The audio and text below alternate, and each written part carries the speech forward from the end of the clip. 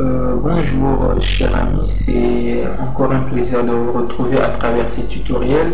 J'aimerais rendre hommage à la communauté congolaise, la communauté estudiantine congolaise au Sénégal, qui a été mon premier espace d'expression. Alors le tutoriel que je vais vous faire aujourd'hui va porter sur la gestion des échéances, car vous savez, quand vous facturez votre client, vous lui accordez un temps, sûrement s'il ne paye pas au comptant, vous lui accordez un temps pour qu'il puisse payer la facture, et il est important que vous puissiez veiller au respect de cette durée que vous accordez à vos clients, mais également en retour, également vous aussi, vos fournisseurs vous accordent un temps, il est important que vous veillez au respect de vos engagements à l'égard de vos fournisseurs. Alors nous allons donc à travers donc le logiciel Sage Comptabilité voir comment nous pouvons gérer donc les échéanciers. Alors donc, premièrement, nous allons créer rapidement, on va faire quelques paramétrages rapidement, on va créer ce qu'on appelle le modèle le mode de règlement. Donc on va créer le mode espèce,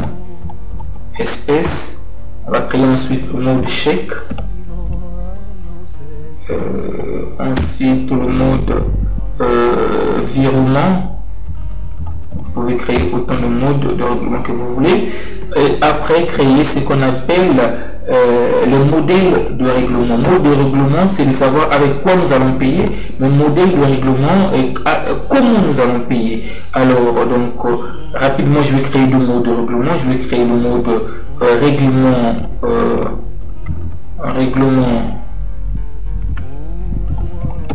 à 30 jours. Donc à ce niveau-là, donc c'est un règlement 30 jours plus tard, donc on paye par chèque. Je fais entrer, ensuite je fais entrer avec le clavier. Je crée un autre modèle de règlement. Donc je crée le modèle règlement à 60 jours. Alors à ce niveau-là, je vais prendre des pourcentages, c'est-à-dire le client va payer 40% de la facture 30 jours plus tard, donc un mois plus tard, il va le régler par chèque. Je fais entrer et ensuite, toujours par pourcentage, le client va payer 60% de la facture 60 jours plus tard et il le réglera par chèque et je fais entrer. Voilà, je viens donc de créer deux modèles de saisie et vous allez voir, je vais ensuite affecter ces modèles de règlement là au client. Donc j'ouvre par exemple le client d'Acom.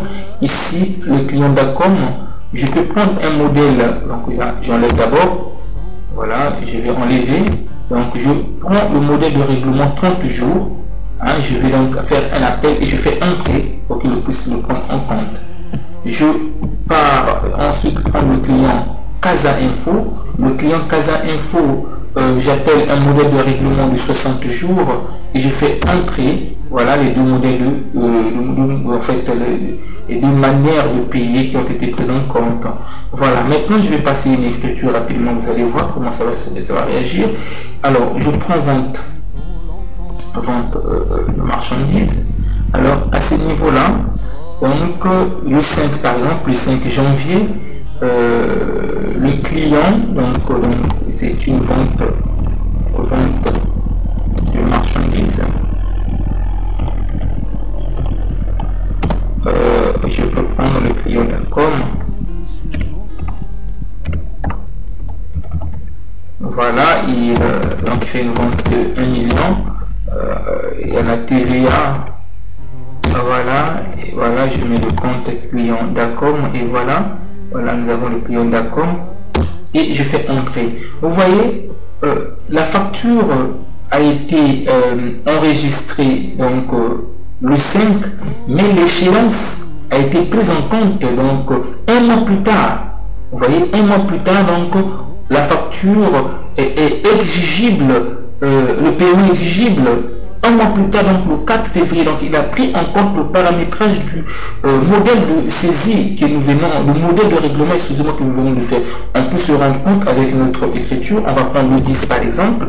Le 10, une deuxième écriture, 706, je vais prendre maintenance informatique, maintenance informatique avec le client Casa Info. Alors le client, donc on prend 500 000, fait entrer 443,2, voilà, calcule automatiquement la TVA. Et puis on va prendre le client Casa Info 411. Voilà, c'est pas on va venir ici, prendre le client Casa Info et on fait entrer. Alors ici vous voyez qu'il propose deux manières de pouvoir régler. Donc il a divisé la facture selon la clé de répartition de 40 et 60% 30 jours plus tard, donc le 9 février pour le premier règlement de 40%, et 2 mois plus tard, donc en mars, le 10 mars, un autre chèque, voilà, qui va représenter 60% de la facture. Voilà, et je fais entrer. Donc il dit les règlements vont se faire en 2 étapes.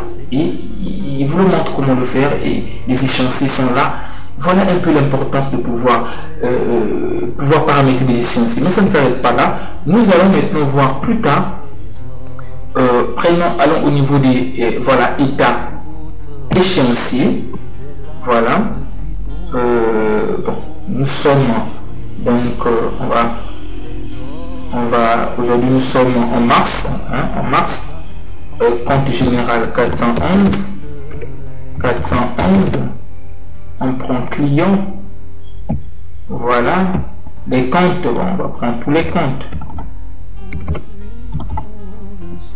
On va prendre tous les comptes. Voilà. Voilà, vous voyez ici. Alors vous allez voir l'échéancier, toutes les factures qui ne sont pas encore réglées, il vous les présente. Et nous avons ici la facture d'accord, échéance du 4 février. Nous avons la facture Casa Info, les deux échéances, donc celui du 9 février et également plutôt celle du 9 février et également celle du 10 mars. Alors rapidement je vais vous montrer, une fois que vous vous rendez compte que ces clients là ne sont pas, peut-être n'ont pas respecté le temps que vous leur avez accordé, donc l'échéance, il faut leur envoyer des lettres, les lettres de rappel. Pour cela, qu'est-ce que vous faites? Vous allez au niveau des traitements, rappel. Alors ici, vous prenez tiers 411 à 411, client compte. Voilà, vous prenez celui de 411 00. Bon, ici on n'est pas obligé. 411 l'échéance. Bon, l'échéance on peut prendre du janvier, du 1er janvier, voilà, jusqu'au 31 mars. Voilà, c'est bon. Alors dans cette période là, que c'est les échéances qui n'ont pas été respectées, on fait un OK. Et à ce niveau là, on vient ici, voilà, nous avons donc les 3 échéances qui ne sont pas respectées, les factures n'ont pas été réglées. Et on vient ici, imprimer les rappels, vous cliquez là, et alors vous vous retrouvez ici, donc vous prenez votre lettre de rappel. Bon, il faut au préalable paramétrer, il faut personnaliser votre lettre de rappel. Moi je l'ai déjà personnalisé, je clique sur OK, et voilà, j'ai ma lettre de rappel. Voilà. Vous avez ici la première lettre donc de rappel qui concerne d'accord, tout est là, cher client, l'examen de votre compte dans notre comptabilité fait apparaître les sommes impayées, donc nous vous prions de noter les détails ci-après. L'échéance est là, le 4 février, la vente, voilà, 1 million. Alors, c'est pas la seule lettre.